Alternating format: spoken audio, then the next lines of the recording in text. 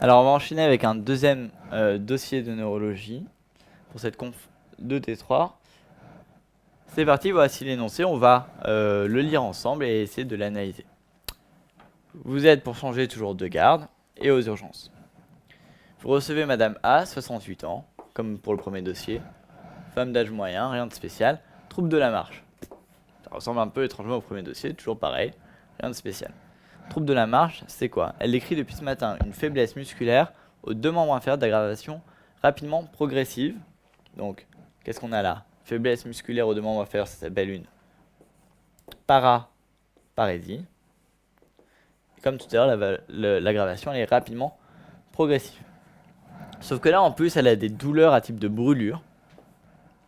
Et ces douleurs, elles sont localisées, elles ont même une localisation circonférentielle. Donc on l'a dit tout à l'heure, paraparésie, on donne ici le testing à 3 sur 5. Déficit sensitif et pic critique, c'est le pic touche, remontant jusqu'à l'ombilique. Et ça, c'est essentiel. Votre déficit sensitif, il a un niveau. Il remonte jusque là. C'est-à-dire que jusque là, la patiente ne sent plus. Au-dessus de l'ombilique, elle sent parfaitement. Donc ça, c'est ce qu'on appelle un niveau sensitif. On verra tout à l'heure pourquoi c'est important. Elle a des réflexes tendineux vifs. Tout à l'heure, dans le Guénin-Barré, on avait une abolition des réflexes. Là, ils sont vifs. On avait dit abolition des réflexes égale périphérique. Vif, ça veut déjà dire qu'on va sans doute être dans une atteinte centrale. Avec un signe de bain masqué. Donc là, on a en plus une atteinte pyramidale. Syndrome pyramidal, signe de bain masqué. Il existe une vive douleur à la palpation du rachis. Donc il se passe quelque chose au niveau probablement de la moelle, puisqu'on a une atteinte centrale, une douleur rachienne. Quels sont les antécédents? Elle a une fibrillation auriculaire traitée par Préviscan, AVK. Comme toujours, E2CN, médicament dans l'énoncé, égale arrêt sur votre brouillon. À partir du moment où une patiente est sous AVK, en général, elle ne va pas le rester longtemps. Et puis elle a une coxarthrose pour laquelle elle a pris biprophénide. Biprophénide, c'est quoi? C'est un AINS, anti-inflammatoire non stéroïdien. Et pour les plus aguerris d'entre vous, vous savez déjà que AVK plus AINS, probablement qu'il va y avoir un petit problème. Donc, on synthétise. On est aux urgences, femme d'âge moyen, dossier de neurologie. Elle a un déficit moteur, paraparésie, évolution rapidement progressive. 2 déficit sensitif, déficit sensitif épicritique, plus des douleurs probablement neuropathiques. Les brûlures sont des douleurs neuropathiques. On est en centrale, puisque ce sont des réflexes tendineux vives, qui a un signe de bain masqué, qui est une atteinte pyramidale. Et il y a quelque chose autour du rachis. En plus, elle prend des AVK, et elle a pris des AINS, probablement qu'il va y avoir une interaction dans ce point-là. Faites l'analyse sémiologique de l'observation. Quel est votre diagnostic syndromique? Remarquez qu'on vous demande ici le diagnostic syndromique, donc il faudra répondre mon diagnostic c'est tel syndrome.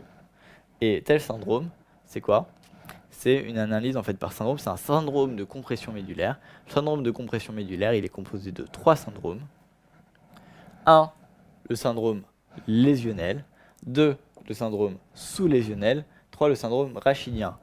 Qu'est-ce que comprennent ces 3 différents syndromes? Le syndrome lésionnel, finalement, c'est quoi? C'est au niveau de la lésion, la compression des racines qui vont sortir de votre moelle. Et la compression aussi de la substance grise au milieu qui va donner ces racines. Ce syndrome lésionnel, ça correspond à une atteinte périphérique. En fait, les racines, ça fait déjà partie du système nerveux périphérique. Et donc, comme dans toute atteinte périphérique, il y a... Alors ici, on l'a pas parce que, on va le voir, on est au niveau dorsal et donc il n'y a pas tellement de réflexes ostéotendineux. Si on avait par exemple une atteinte au niveau cervical, on pourrait avoir une abolition du réflexe tricipital ou du réflexe bicipital. Il y a le déficit sensitivo-moteur et on l'a dit tout à l'heure, la douleur neuropathique, c'est une compression radiculaire, comme lorsque vous avez par exemple une lombosciatique avec une douleur à type de brûlure qui descend dans les jambes. C'est pareil, sauf que là, c'est sans doute probablement plus haut. Donc un syndrome lésionnel périphérique, 2 syndromes sous-lésionnels. Ce syndrome sous-lésionnel, ça correspond à la compression en fait des voies descendantes des cordons médulaires. Ces cordons médulaires, ce sont le faisceau pyramidal. Et donc si on a un faisceau pyramidal qui est comprimé, on a un syndrome pyramidal. Syndrome pyramidal, c'est déficit moteur, réflexe ostéotendineux vif, polycinétique, diffusé. Signe de Bernbasky avec le réflexe cutanéo-plantaire en extension lente. Enfin, on a ce qu'on appelle aussi une atteinte cordonale qui est plutôt antérieure. C'est la voie lemniscale qui va remonter. Cette voie lemniscale est principalement responsable d'un déficit épicritique. Le troisième élément du syndrome de compression médulaire, c'est le syndrome rachidien. Vous avez une lésion au niveau du rachis, ça fait mal. Vous avez donc une douleur à la palpation des épineuses. En regard de cette lésion, ici, c'est au niveau du rachis dorsal. Donc retenez bien que le diagnostic syndromique, c'est le syndrome de compression médulaire. Ce syndrome de compression médulaire est lui-même composé de 3 sous-syndromes, on va dire. Un syndrome neurogène, périphérique et correspond au syndrome lésionnel.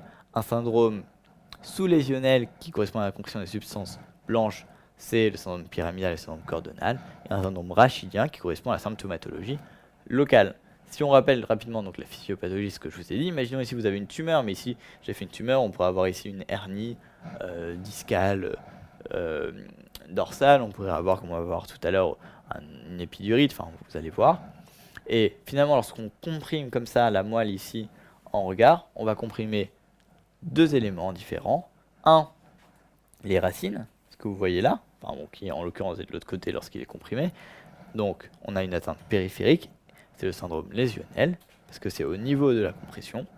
Et vous avez aussi comprimé là, ce qui est là, c'est-à-dire la substance blanche, ce sont les voies descendantes. Ces voies descendantes, si elle est antérieure, c'est le syndrome cordonal, c'est un déficit épicritique, lemniscal.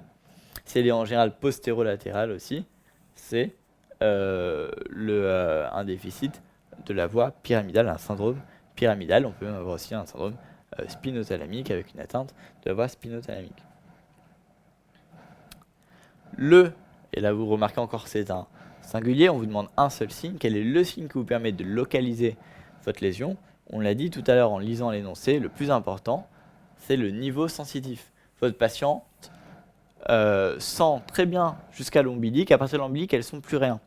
Ça veut bien dire que la compression médulaire, elle se situe à ce niveau-là. Le niveau ombilical, c'est un niveau T10. Et il n'y a pas beaucoup de niveaux à retenir aux ECN. Retenez simplement que, en gros, au niveau des mamelons, c'est T4. Au niveau de la xiphoïde, c'est-à-dire en bas du sternum, c'est T6, parfois T7. Au niveau de l'ombilique, c'est T10. En général, c'est toujours coté. Et il faut connaître au moins ces niveaux-là pour savoir où situer votre niveau. Un petit détail pour les plus pointueux d'entre vous, le niveau sensitif et le niveau lésionnel, c'est pas exactement pareil.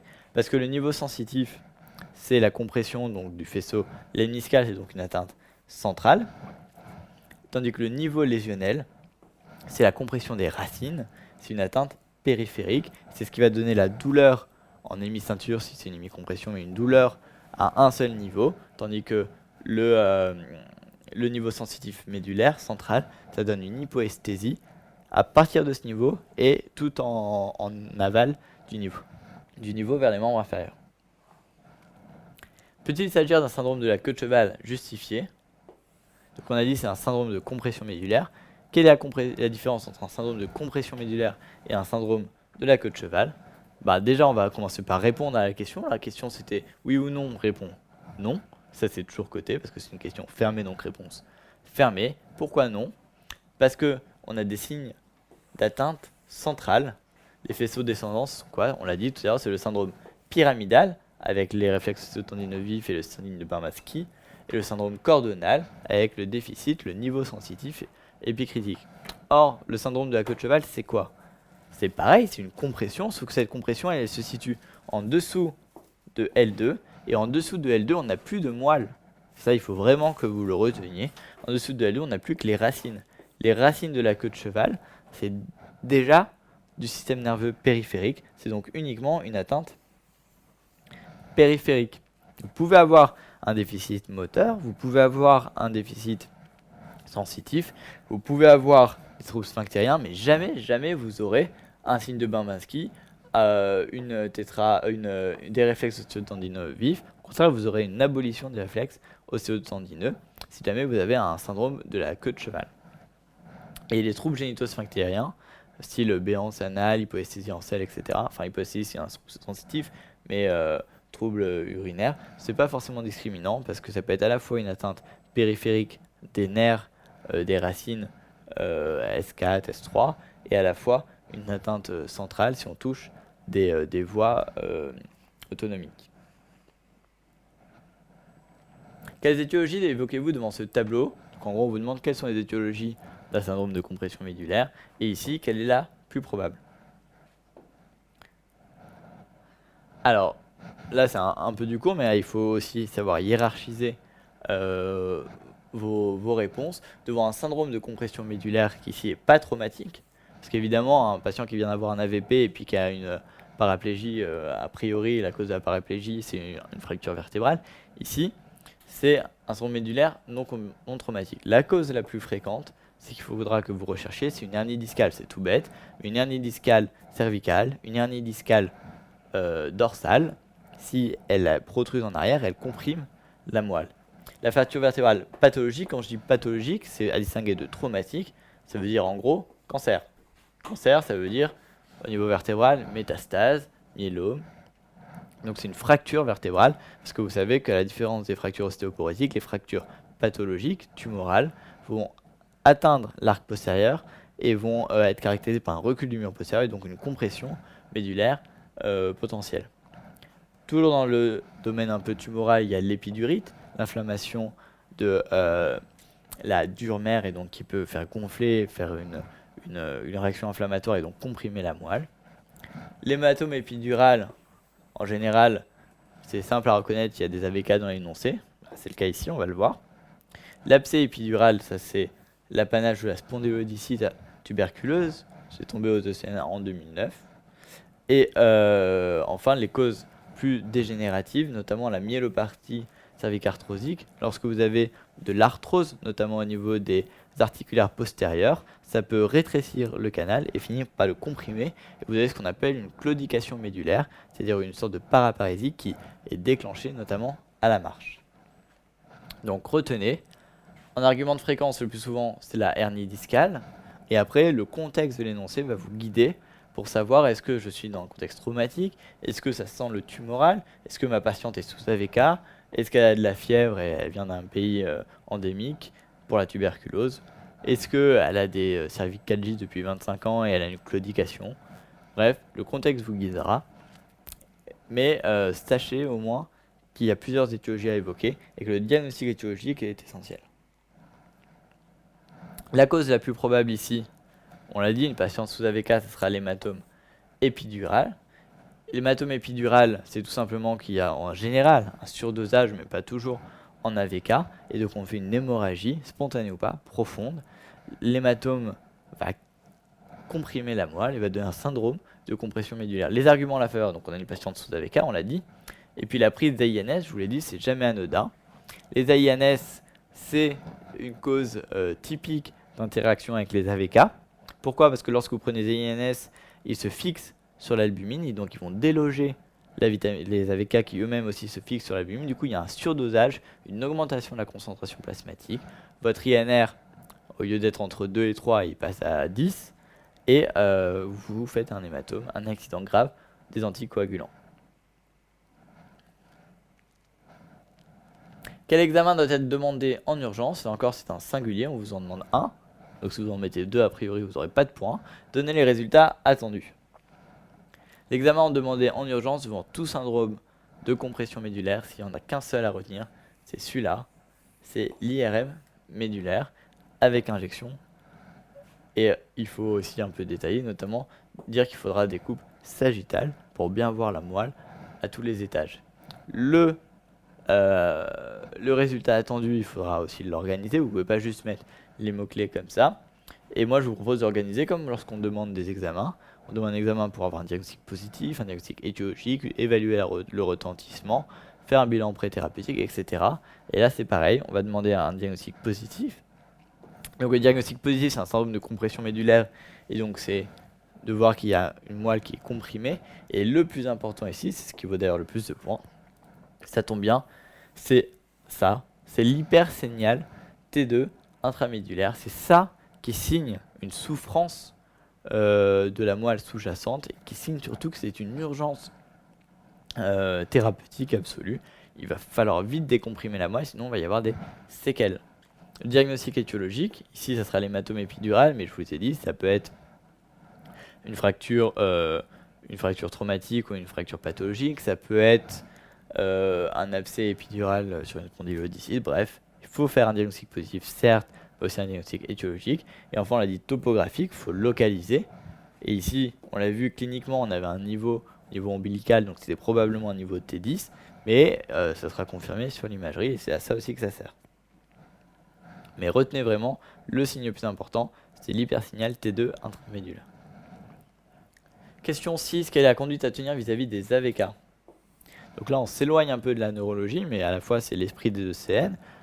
On a une pathologie neurologique sur une cause, on va dire, pharmacologique. Il faudra la connaître, d'autant plus que c'est une question classique qui a des recommandations sur les surdosages et les accidents aux anticoagulants.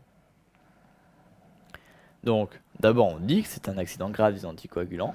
Et la recommandation ici, c'est la recommandation mise par la HAS en 2008.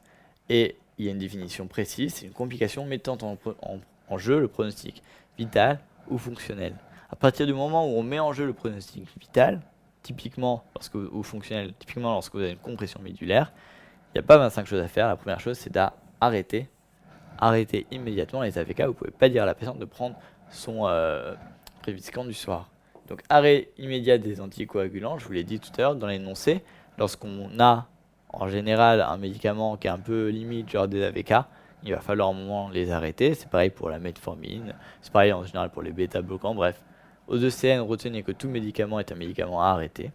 Donc 1, on arrête les AVK.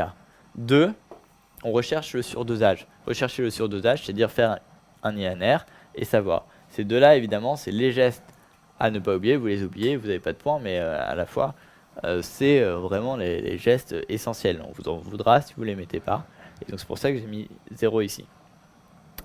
On va donner de la vitamine K pour essayer de combler un peu le déficit en vitamine K du fait des AVK.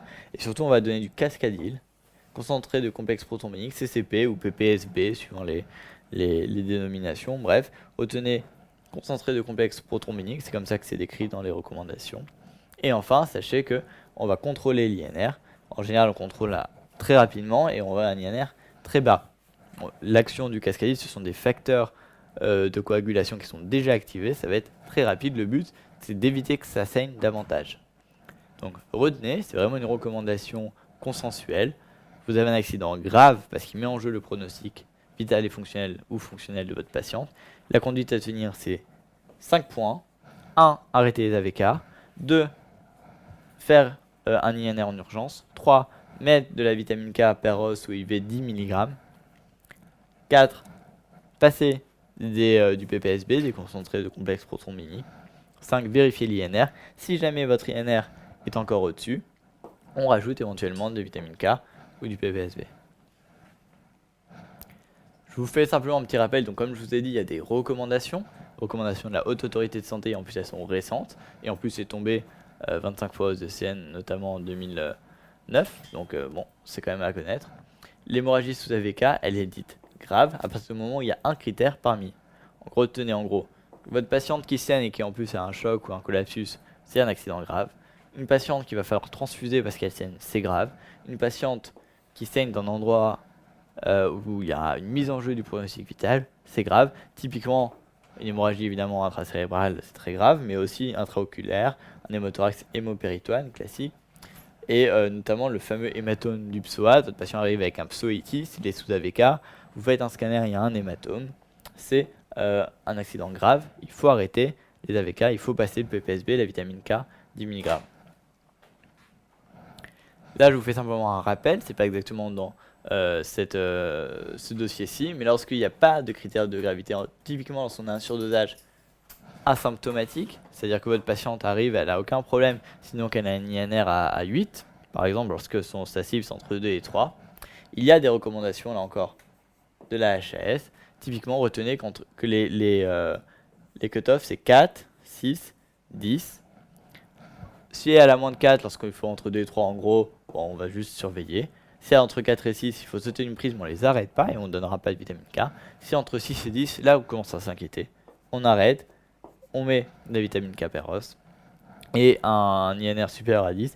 Là, on s'inquiète vraiment, on s'arrête et on met un peu plus de vitamine K per os. Et dans tous les cas, on recontrôle l'INR. N'oubliez jamais, on recontrôle l'INR pour vérifier si l'INR n'est toujours pas, l'objectif n'est toujours pas atteint, elle est toujours à 4. On réapplique cet algorithme-là en fonction de l'endroit où on se trouve. Ça, vous le trouverez au niveau du site de la Haute Autorité de Santé. Je vous enjoins fortement à les télécharger et à les consulter. Quel doit être le reste de la prise en charge thérapeutique? Donc en gros là, on s'est occupé des AVK, mais votre patiente elle a toujours ce syndrome de compression médulaire. Il va falloir faire quelque chose parce que sinon elle risque d'avoir des séquelles et ça risque de s'aggraver. La première chose à faire, c'est qu'on va l'hospitaliser puis on va la transférer en neurochirurgie. Il faut la transférer. Si jamais il y a de la neurochirurgie dans votre hôpital, tant mieux. Sinon, il faudra appeler le SAMU et la transférer en SMUR. Le traitement, c'est un traitement chirurgical. Il va falloir décomprimer la moelle à partir du moment où vous avez notamment un hypersignal T2 intramédulaire et il y a une urgence thérapeutique. Il faut donc faire ce qu'on appelle une laminectomie. On enlève les lames postérieures pour décomprimer la moelle. Évacuer évidemment l'hématome, enfin l'hématome épidural ici. Prise en charge des AVC, on l'a dit. C'est une pathologie neurologique aiguë, comme un AVC. Ça saigne dans le cerveau, ça saigne dans la moelle, c'est à peu près pareil pour vous. Il faut contrôler les fameux axos, agression cérébrale, ici c'est médulaire, systémique d'origine secondaire. Donc il faudra évidemment, si elle est diabétique, bien contrôler la glycémie, si jamais elle est hypertendue, bien contrôler la tension, etc. Qu'il n'y ait pas en plus des agressions secondaires sur un système nerveux qui est déjà un peu abîmé. Et enfin, il faudra surveiller, et surveiller surtout l'INR. C'est le plus important, je vous ai dit, on fait un contrôle INR 30 minutes après les PPSB. Ça marche pas, on refait encore des contrôles jusqu'à qu'on arrive à obtenir notre INR cible. Lorsque vous avez une fibrillation auriculaire, vous savez, l'INR cible, c'est entre 2 et 3. Donc voilà, retenez vraiment que un accident grave ou anticoagulant, c'est une définition précise qui est consensuelle du fait des recommandations.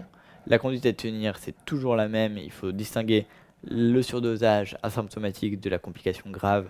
Si c'est grave, il faut arrêter les vitamines K, arrêter les AVK, mettre de la vitamine K, passer des PPSB, faire évidemment un INR en urgence et contrôler cet INR rapidement.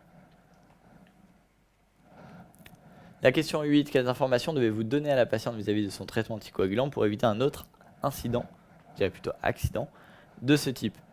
En gros là, ce qu'on vous demande c'est quoi? C'est l'éducation d'une patiente sous AVK. Là encore, c'est une question classique, c'est un item entier aux ECN. Il faut connaître, il faut avoir sa liste préétablie. Celle que je vous propose, c'est la suivante. Éduquer une patiente qui prend des anticoagulants, ça passe par lui remettre un carnet de surveillance avec une carte éventuelle, parfois ça fait office des deux. Il faut qu'elle ait son petit carnet et qu'elle le porte toujours sur elle. Sur ce carnet, il faut qu'il y ait marqué la notion d'INR cible et qu'elle ait bien compris ce que c'est l'INR et que lorsqu'on est au-dessus, on est trop anticoagulé, il y a un risque hémorragique, que lorsqu'on est en dessous, on n'est pas assez, il y a un risque thrombotique.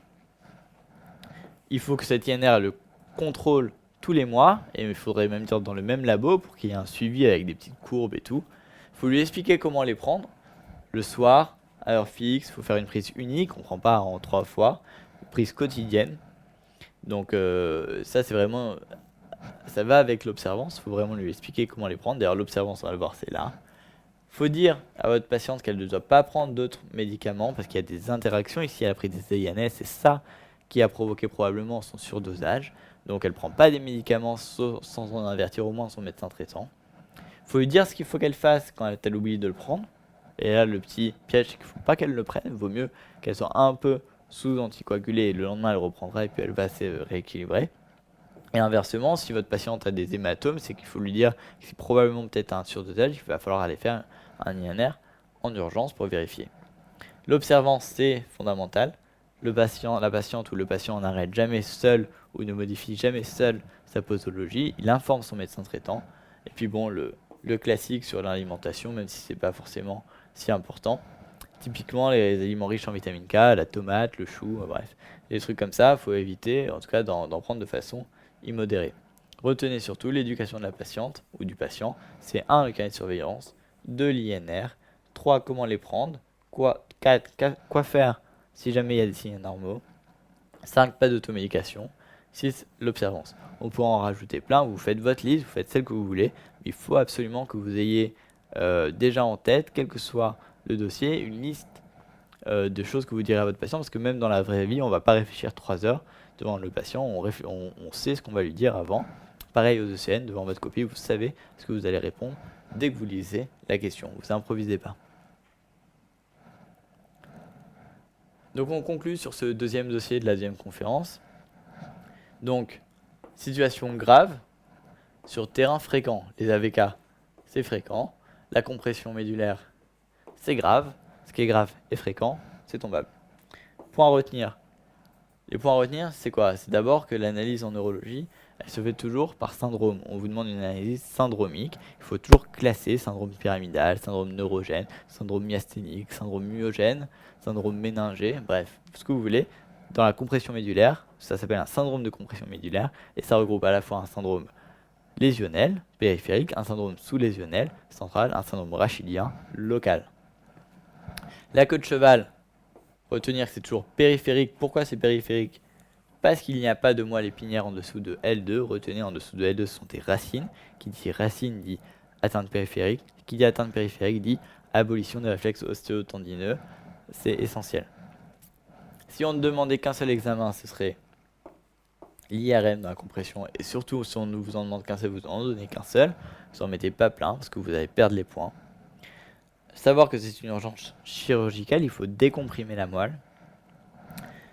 Les recommandations de la HAS 2008 sur les AVK, c'est vraiment une obligation de les lire et de les connaître. C'est un peu le truc qui fait référence. C'est tellement fréquent comme pathologie. Pour une fois qu'il y a une recommandation consensuelle, c'est évident que si il y a une question là-dessus aux OCN, ils se baseront là-dessus pour faire la grille.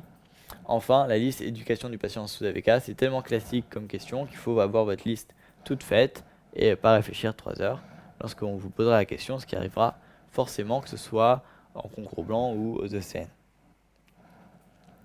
Les items abordés, donc c'est 1. Compression médulaire, 2. Accident des anticoagulants. Voilà pour ce second dossier.